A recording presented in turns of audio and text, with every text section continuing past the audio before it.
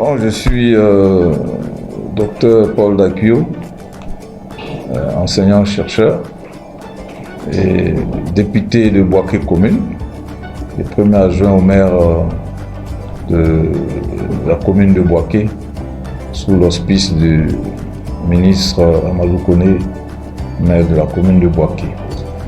Au plan politique, je suis départemental du département politique Belleville-Olienou, que j'anime depuis quelques années. Alors l'actualité politique, la première, c'était évidemment les cris de joie la dernière fois lorsque le Conseil constitutionnel a donné la liste des candidats et que notre candidat, le président Alassane Ouattara, a été retenu. Il y a eu beaucoup de youyou à Boaké, les motos, tout le monde était content que vraiment notre candidat soit retenu pour cette course à la présidentielle. Donc Boaké, depuis ce jour, a commencé à s'apprêter pour attendre le 25 octobre. Et pour s'apprêter, c'est déjà faire en sorte qu'il y ait la paix dans la façon de conduire la politique à Boaké. Et donc Boaké est une ville aujourd'hui calme où les gens préparent les élections avec sérénité.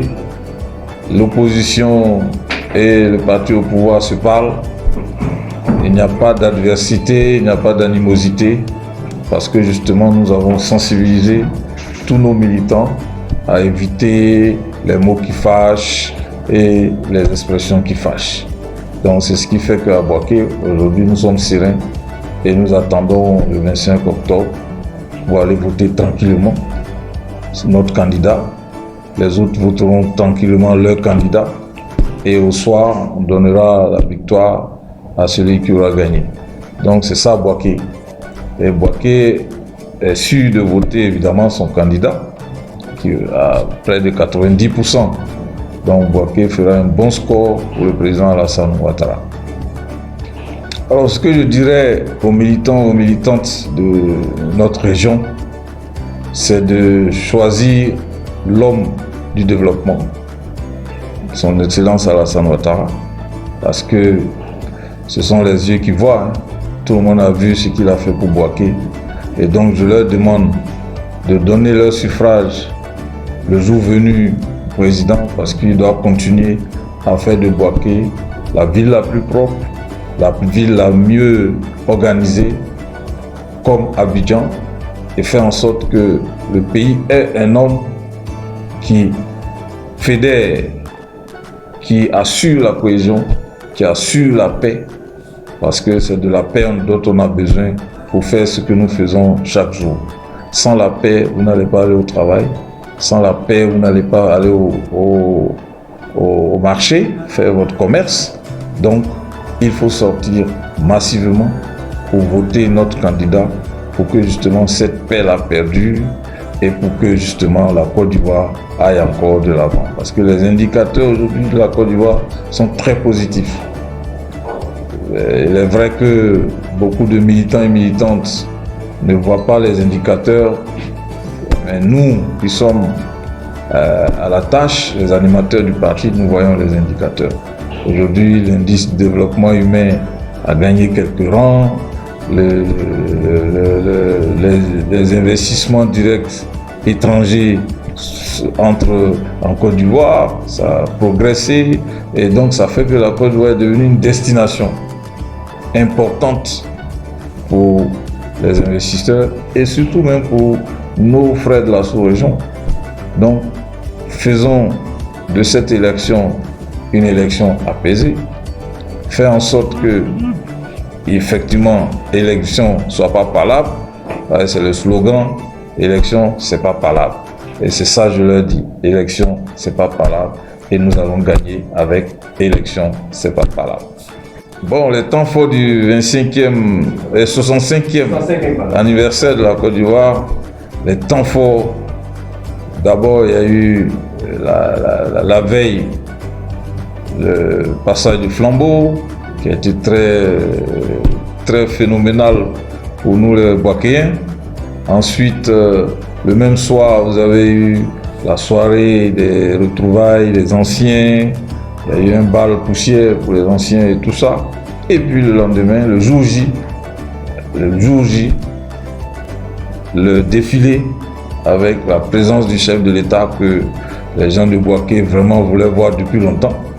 Et vraiment, ils étaient heureux de voir leur président présider ce défilé. Donc, qui a marqué vraiment les Ivoiriens. Et ce défilé, on n'a jamais vu ailleurs. Vous avez vu que les armes, les militaires, et puis surtout la fresque jouée par Momboy, a vraiment marqué les esprits. Et tout le monde est parti de ce défilé heureux. Ceux qui étaient là, ils ont vu les Boakéens disciplinés. C'est une structure créée par et présidée par l'ancien deuxième major-maire Bamba Mamadou et qui se dénomme Chers Citoyennes CCR. Voyez, parce que pour promouvoir la citoyenneté et la paix. Mais ce coup, nous avons accepté de venir parce que c'est des mouvements qui soutiennent le RHDP. Et à cet effet, nous avons donné les conseils d'usage pour pouvoir mieux aborder cette campagne électorale. Et c'était leur vœu. Donc la première chose que nous leur avons donné comme chose, c'est la définition d'abord du terme mouvement. Voilà. Parce que quand on dit mouvement, ça veut dire qu'on s'associe, on est ensemble. Et donc la Côte d'Ivoire aussi, c'est parce qu'on est ensemble. Et deuxièmement, on a des objectifs. L'objectif, c'est faire en quoi? Qu'il y ait la paix pour qu'on puisse battre campagne. Tout à fait. Voilà. Et ensuite, faire gagner son candidat. Voilà les objectifs, la paix et puis faire gagner son candidat. Et donc, c'est ce que nous leur avons donné comme conseil. Et maintenant, sur le terrain, ils doivent aller sans faire palabre. Celui qui les provoque, ils ne répondent pas. Et faire en sorte qu'il sensibilise. Et comme l'Ivoirien a l'oreille un peu dure, il faut lui parler à chaque fois. Pour lui dire non, l'élection, c'est pas palabre. Donc, aller dans les hameaux, la proximité, voir les gens pour leur dire, nous sommes en période un peu instable, mais c'est notre comportement qui va faire que la stabilité va s'imposer. En refusant d'insulter, en refusant de faire palabre. Non, sous le sceau de cette élection, sous le sceau du rassemblement pour le progrès. Voilà, faire en sorte que tous les cadres s'unissent pour que justement Boaké s'en sorte, Boaké évolue positivement. Donc voilà le sens de notre engagement dans cette élection.